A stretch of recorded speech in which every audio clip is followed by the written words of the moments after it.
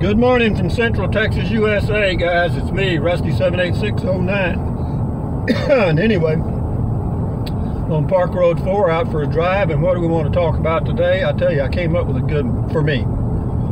And it's the future of like transportation, cars and RVs and all that stuff.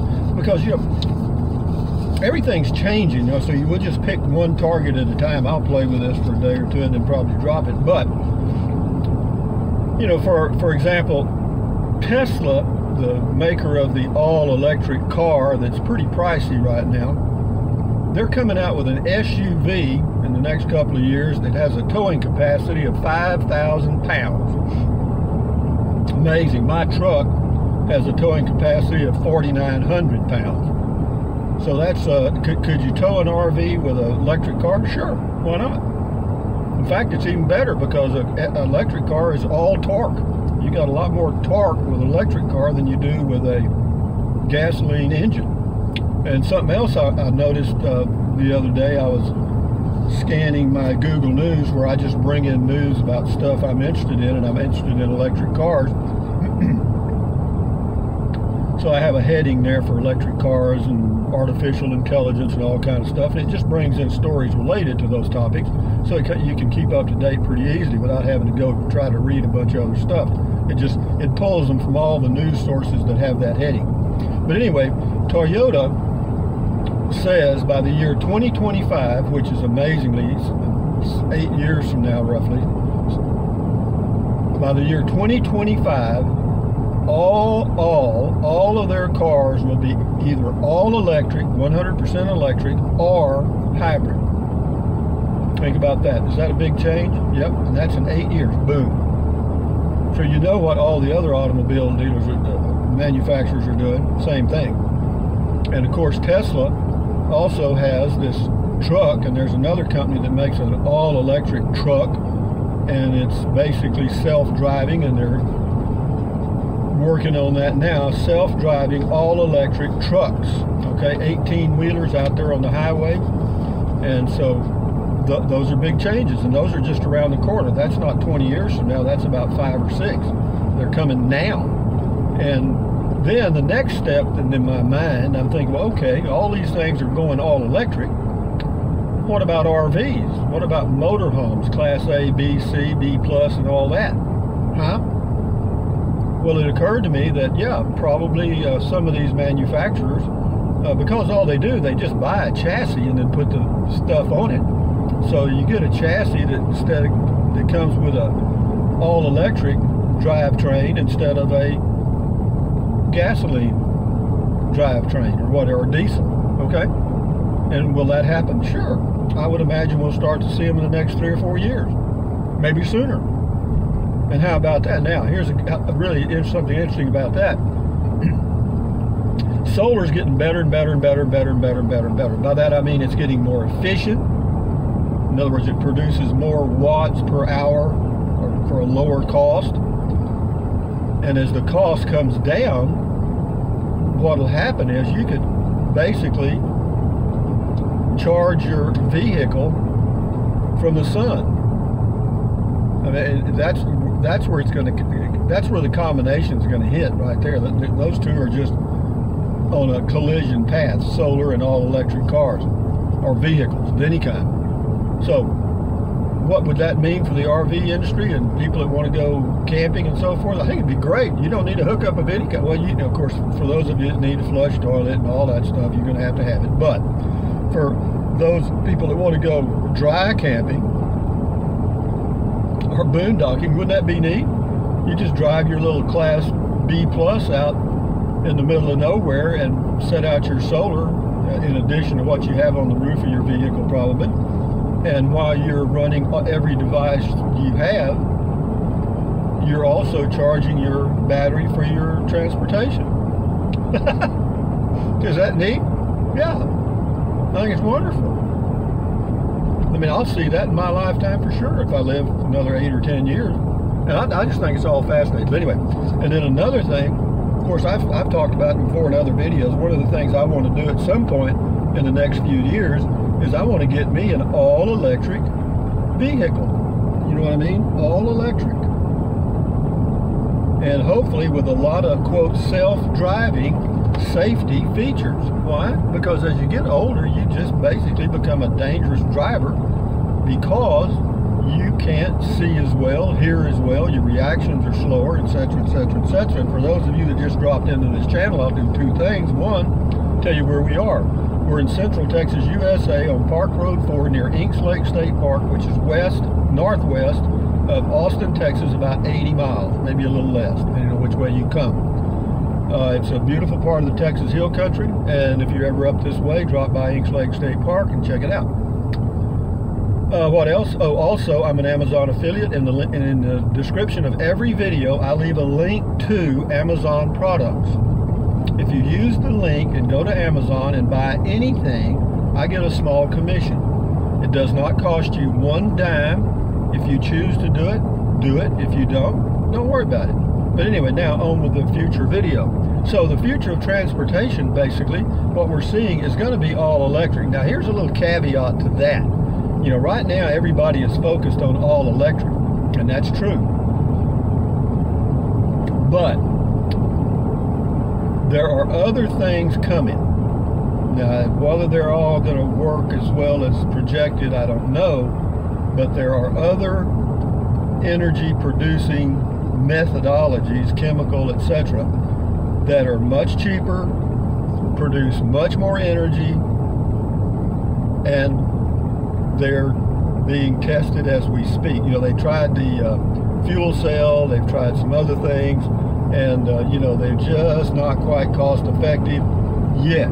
Now there are other things out there, but so you know what we're looking at right now, as technology feeds on itself. In other words, you invent one thing, and then someone takes part of that invention and adds it to theirs and comes up with something else. It's like links in a chain, and these links are happening quicker and quicker and quicker and quicker. And so, because you know, I've said it a million times, that artificial intelligence, which is basically mathematical formulas that learn, bots or whatever you want to call them, but they learn quicker, a million times quicker than a human. And once they get onto something, they just take off because they got access to all the information in the whole universe. Okay, and they have it instantaneously, and they use it to grow and grow and grow and grow. I mean, look at speech recognition. You know, it used to be whenever you got a voice recognition system on a phone call, like you call some place for customer service, you know, it really just didn't work very well at all. But now, even though they're frustrating as hell to use, they're better. They really are. I mean, because you can say a lot of things that you couldn't say before, and then it directs your call to somebody that doesn't know what you're talking about anyway. But it's a start. And as far as the Google Home thing, I have that on my phone also. You just press and hold the home key, and up pops the Google thing, and you just say, you know, like this morning I said, what is the towing capacity of the Tesla SUV? And it found a story about it and said it's projected to be 5,000 pounds. But of course, what does that do to your range? I don't know. But that's all changing too, because the batteries are getting better, less costly, less expensive, same thing. And so what's happening in that arena is the future is bright, very bright, because I can see people towing travel trailers with all electric vehicles in the very near future. Very near. In fact, I think I told you, when I went on a camping trip in the summer out west and went out, you know, through West Texas, which is in the middle of nowhere, right before Interstate 10, there's a little community called Junction, Texas, just a little stop in the road. And they had, I pulled into a gas station there, and off to the left-hand side, they had 4 electric car charging stations, okay? And there was one guy getting his car charged. That's now. But they're putting these charging stations all over everywhere. We've even got them here in my county. We've got one in Llano, a couple in Burnett, a few in Marble Falls, and some motel chains are adding them as feature because there's more and more electric cars on the road, even though it's a small percentage now. A very small percentage of cars are all electric. All electric. A lot of hybrids, but very few all electric. Okay, but so that's where that's headed, and I'm excited about it, man. I think it's. Would I like to have an all-electric car? You bet, man. I tell you, I was close in that Prius. I had two Toyota Priuses, a 2010, a 2013. I think I only had two, but anyway. But they are so quiet, man. That's the amazing part of it. They're just so quiet. You know, there's no engine noise. In fact, you don't even know if it's ever started. I mean, it just does. You know, you mash on the pedal and away you go. And I like that. And the good thing about all electric is, you know, there's no oil changes. You know, very few moving parts. You know, the problem with the gasoline engine is there's so many moving parts that a lot of the energy is directed to moving those parts as opposed to moving you forward.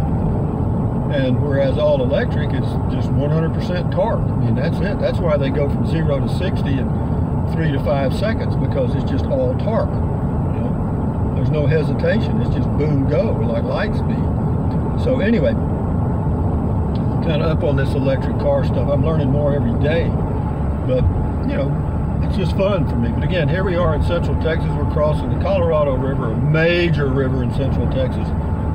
It forms the Highland Lakes chain of lakes. You got Lake Buckhannon, you have Inks Lake, Lake LBJ, Lake Marble Falls, Lake Travis, Lake Austin. All of those are on the Colorado River. Some of those have power generation plants and some of them do not. But anyway, back to the electric car future. The beauty of it is you would never have to go to a gas station again and handle that filthy gas pump. And another thing you wouldn't have to do, you have to have oil changes. None. Zero zilch. Now everybody, the counter to that is, well, what about the batteries? They cost $1 million. Well, they don't. And the fact of the matter is it's not just one battery. That battery is composed of cells, and you only need to replace the bad cells, and you're good to go again. And it doesn't lose all of its efficiency when a cell goes bad. It just loses a part of it. So you can run on a battery with several dead cells for a long period of time. And in the Prius, a lot of people think the batteries in that automobile is expensive. It's not. It wasn't in 1997 when they came out, all the way up to about 2007, but after that the price of those batteries dropped significantly with Generation 2 and Generation 3. So, you know, you can have one totally replaced. The guy will come to your house and do it for $800 as I checked, out of Austin, Texas.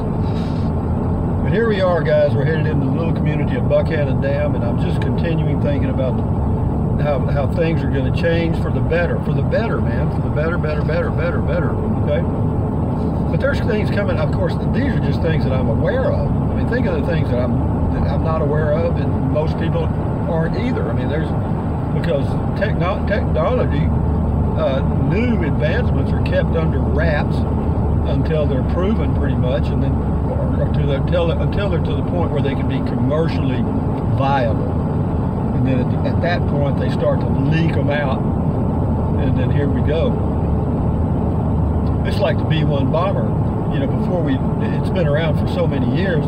That was the thing people were seeing for years. They thought was a UFO, but it was just a B-1 bomber being tested out in Nevada and so forth. And you know, if you want to know why a lot of UFOs are seen out in that area, it's because in that area is a place called the Skunk Works, and that's a place where they would do some really high-tech stuff.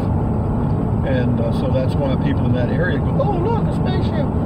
And it's not. It's just something that was developed by what is it, DARPA? Is it DARPA that does that, the defense deal? But this is coming into the little community of Buckhannon Dam. It's an unincorporated community on Lake Buckhannon. Got its name after a Texas senator back in the 40s or 30s, I think.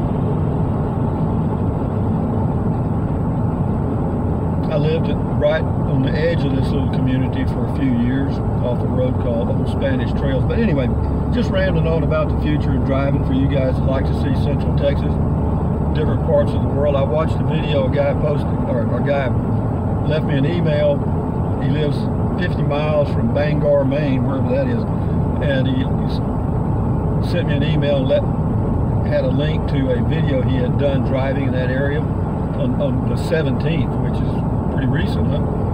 And it was, you know, icy, cold, yeah, everything that I really wouldn't want to deal with. But you know, if you're born in that, and you know how to drive in it, and you know how to dress, and you have all the stuff, it's not bad. It's just like here, you know. You get used to it, and it's the way it is. But anyway, I thought it was pretty. A lot of snow and stuff, but would I want to be there? Nope. Nope, nope, nope. There's a little gas station there. It's called Indian Hills, and yeah, believe me, that is a gold mine. That guy sells more breakfast tacos or taquitos and hamburgers and stuff than any place around here. Used to be a big bar there on the right, but it's closed. A lot of old bars closed because that generation moved on. You know, and the new generation doesn't do that much. Gasoline here in Buckhannon Dam is $234.9, and about 20 miles away or 25 miles away in Marble Falls it's $201. But you got to drive there to get it. We're on Highway 29, fixing to turn left and go east on Highway 1431, which if you follow it, it goes all the way to Cedar Park, which is just north of Austin, Texas. It's almost, you would call it a suburb of Austin, Texas. And I didn't run the red light, nah, nah, nah, nah, nah. But on and on we go, guys. It says fruit trees are in. This old guy here, Sam's Nursery on the right, he started out in one little building, and now he owns that whole corner. And I think he's got 5 or 6 employees there. Amazing. As you can see, there's not a lot of traffic out here. There's a few cars, and that's what I like about living up here, and that's why I'll probably finish out my years right in this area, because I do like my place, privacy of my place. And if I had an all-electric car, would it make any difference? No. Not a bit, guys. We've been on it about 17 minutes. We'll let it go a couple more minutes and I'll end it. But anyway, for you guys that have used the Amazon link, thank you very much. It goes up and down, but the average is about, well, lately I had one good day. Apparently somebody must have bought a big product, or somebody bought several products. But then on both ends of that, we've been averaging about $6 to $7 a day this month, and about the same last month. So, you know, am I complaining? Nope.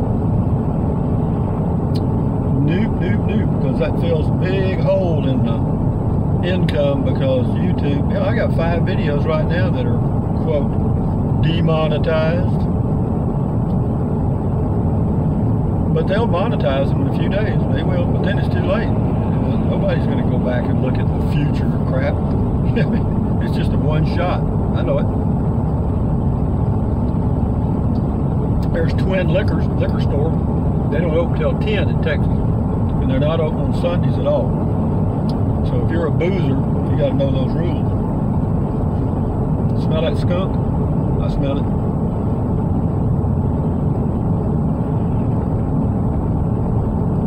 Here's an old bar here called Pat's. It used to be called something else, but I bet you I have spent many a dollar in there, because they got shuffleboard and they've got pool tables. I never did go in there to play pool very much, even though I could play pretty good. But shuffleboard I was pretty good at. Played a lot of shuffleboard in there. And can I say they were good times? I can just say they were times. Most of them I probably can't even remember anyway. Just having fun. What we do, I had a friend of mine named Mike. Mike was a really good shuffleboard player. In fact, he showed me how. He was about 10 years older than I was. And but he would come in and we'd act like we didn't know each other. And then I'd say, hey man, you know how to play shuffleboard? He said, yeah, I do. I said, well, why don't you and I play these guys here? We'll just play them for the beer. All right, well then we drink free the rest of the night. That's crazy, isn't it? You know, that happens in poker games too. I just want to tell you that. I had a friend of mine who used to do that. He was what you call a professional gambler. And what they'd do, they'd have 3 people that knew each other, and then they'd invite 1 or 2 strangers that had a lot of money. But when they got to the poker table, to the game, they would act like, oh, your name is what again? And then they just gang up and clean them guys out. Oh, that's life, though. If you don't know how the game's played, don't get in it. We're coming into Kingsland, Texas now. I'm going to check my mail and check on my RV. A little foggy today, so or hazy. It's not misty, it's just hazy. Tomorrow will be a little bit better, I think. And then Wednesday and Thursday are supposed to be really nice in the 70s and so forth. So I got to do some washing, and I'm going to paint the rest of my stuff on the inside of the RV. Painted that light color I found. But to do it right, you need to paint it when the temperature is above 65 and the humidity is below 60%. And Wednesday it will match all those requirements, so I will do that. Why didn't I do that in my other RV? I don't have a clue. I just didn't. I was walking in the Walmart, and I just walked by the spray paint area, and I saw that color, and I thought, boy, isn't that a pretty color? And so I immediately reached out and got me a couple of cans. I think one can would pretty much do them all, but you know, I don't want to have to be going all the way to Walmart to finish up to get a can. Kingsland, Texas, USA, folks. We're coming in from the west to the east on Highway 1431. This is another unincorporated lake community on Lake LBJ. We do not have a mayor or city councilman. They get their government from Llano County. They get their law enforcement from the Sheriff's Department and Department of Public Safety. This town, this city, this little unincorporated community has a larger population than the county seat, Llano.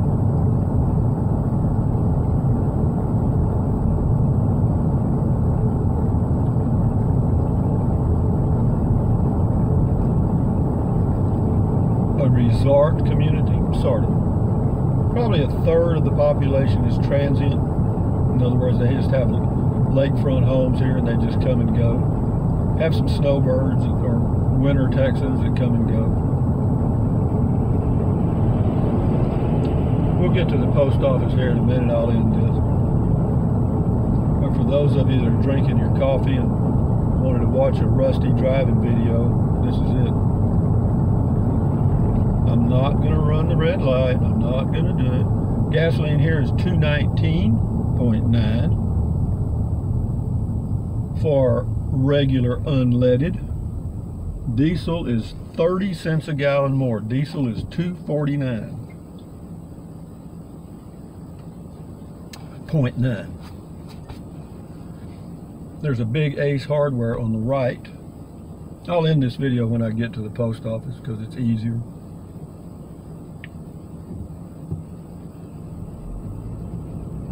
We got a few things here. We got an Ace Hardware. We got a, of course, we're gonna need gasoline. They got plenty of gasoline stations, that's for sure. Got a Sonic. Got a, there's another fast food place. I never can remember the name of it. Plenty of Mexican food places if you like Mexican food, and I do. And they use lard, L-A-R-D, for the grease. It's probably not the healthiest oil you can use, but it sure makes Mexican food taste good. I mean, when I grew up, that's all we had. We made our own hog lard, L-A-R-D, lard. And look at that RV up there on the right. You see that travel trailer? That's mine. I own that. That's a 2013 Jayco J-Flight, and it is for sale. I mean for sale, folks, right there on the right. You see it? So run down here and buy that dog, so I can get, every time I drive by it, I hear it barking at me. It's what you call a dog. It's really a great RV. I mean, it's like new. But the thing of it is, see, somebody will have to want that particular layout, I guess. And this is not what you would call a hot market for RVs at this time of the year. Well, we got 95 cars backing out at the same time, and I'm trying to back in here. Let's see what this guy does. He didn't like what I just did, I know that. I don't want to back into a car here. There, we did it. All by myself. How about that, guys? They got in that spot over there and they can't get out now. Somebody trapped them. But anyway, having said that, guys, from Central Texas, USA, this is Rusty78609 saying, thumbs up, carpe diem, adios, bye-bye, buy anything you want, but if you think about it, use the link to Amazon products in the description of every video. Drink plenty of water. 3 or 4 quarts a day will not hurt you. In fact, it's good for you. It will help you avoid gout, kidney stones, and it will help you lose weight because you'll be full of water. What else? Take deep breaths. Just breathe in deeply and breathe out. Do it several times a day, just slowly, and guess what will happen? You'll lower your stress level and your blood pressure will go down right along with it. And what else? Stretch, walk. I've already done my stretches and I've already done my walking, and I'm out and about, and I just completed a video. How about that? So anyway, guys, enjoy your day. We are 1 week away from Christmas, so enjoy your Christmas coming up. Adios.